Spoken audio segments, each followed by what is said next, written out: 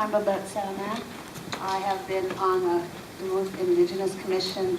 I believe it's coming up on 4 years. And so I don't know how much longer I'll be able to be on it.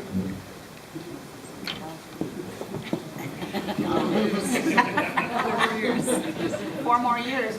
So we're about ready to do some good changes here.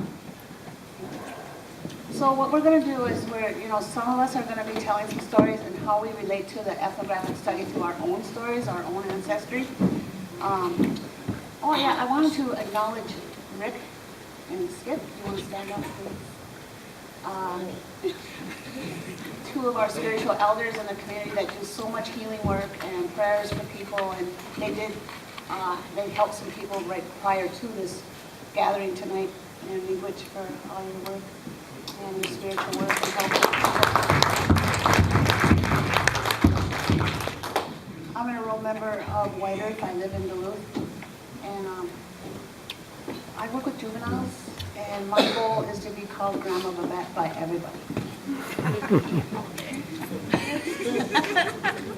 Okay, so what we're going to do is we're going to keep it short so that so that the stories we're going to be under 5 minutes, right?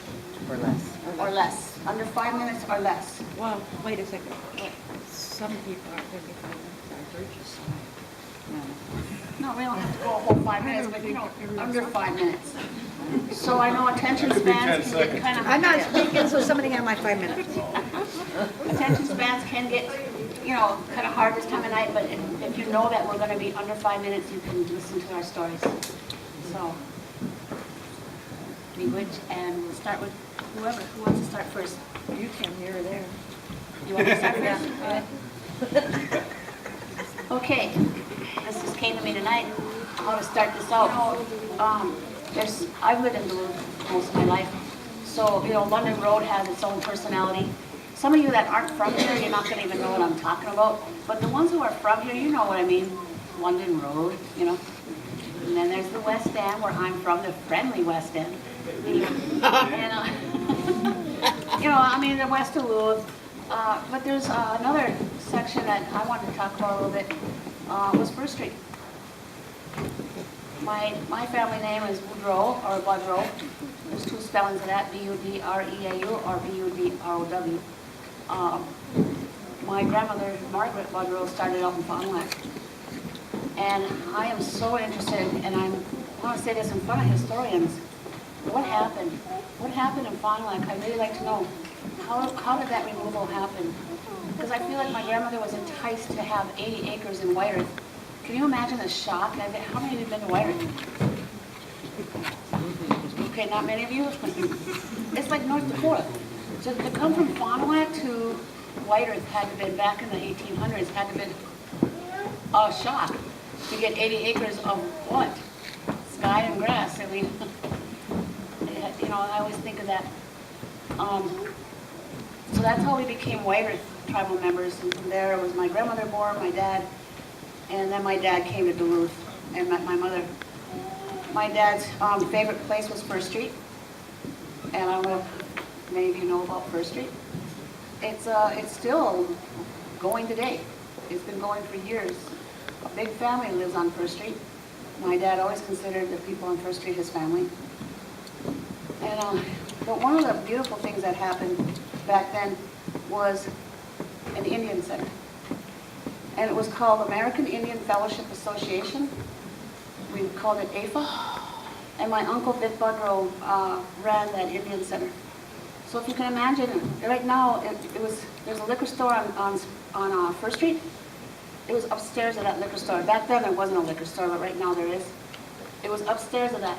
So when you got upstairs and you turned the corner, you would see red and white checkerboard tablecloths that were plastic and spoons in the middle of the table with in a canning jar.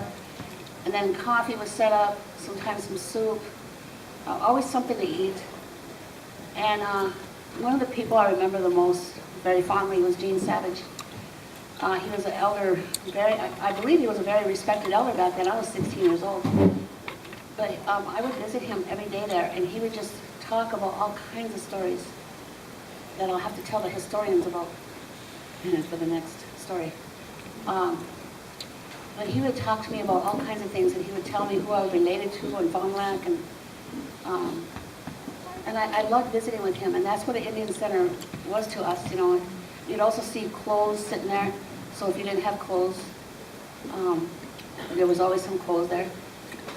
And it was really welcoming, and from there was the second Indian Center, which was straight up from there, across the street from the school with the big clock. Right on the corner. That was a really good Indian Center because we got fed every day, great big lunches.